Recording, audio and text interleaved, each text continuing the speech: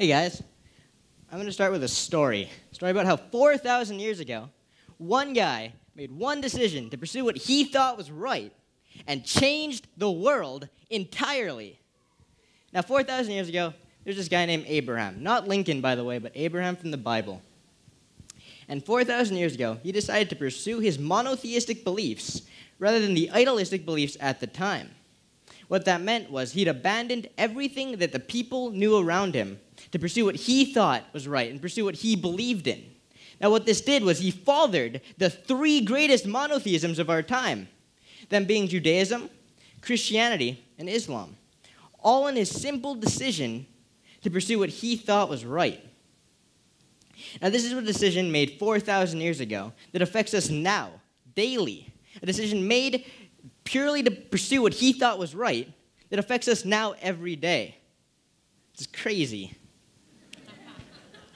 Now, the world is driven by the individual who seeks change and wants to better the world. And the better tomorrow that we all want will only be achieved by someone pursuing what they believe in and fighting for what they think is right. I'm going to talk about Martin Luther King Jr. for a little bit, a guy who was born in a time of racism and segregation.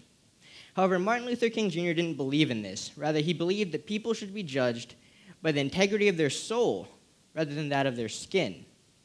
In pursuit of this belief, a belief that no one around him would believe in, a belief that the masses already accepted, in pursuit of this belief that people didn't believe in, Martin Luther King Jr. fathered one of the greatest human rights movements of our time, one so large and so effective that it's looked back to and say, that was a great movement.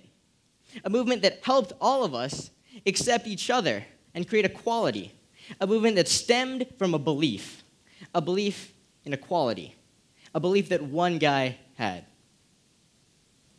Now, the media or the people in power will often tell us that A is true and B is false. They dictate what we should believe in.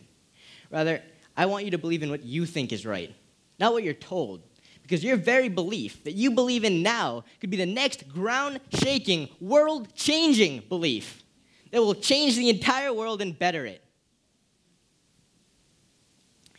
Now, Gandhi lived in a time where Britain controlled India. Gandhi wanted India to be free, which it deserved to be, and in doing so, fought nonviolently for its freedom.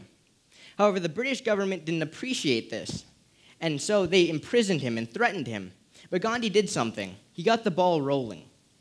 He created momentum that couldn't be stopped, and even though he was imprisoned, his movement couldn't be stopped, and India was freed. He achieved his goal even in prison, because he believed in what he was fighting for. He pursued his individual belief. Now, the future that we want is just ahead of us. And those three people that I mentioned are just people. People that all of us can match or better, because our very beliefs, our very pursuits could be the next world-changing event, could follow the next greatest movement of our time. Because the better tomorrow that we all want will only be achieved by us, only be achieved by the people.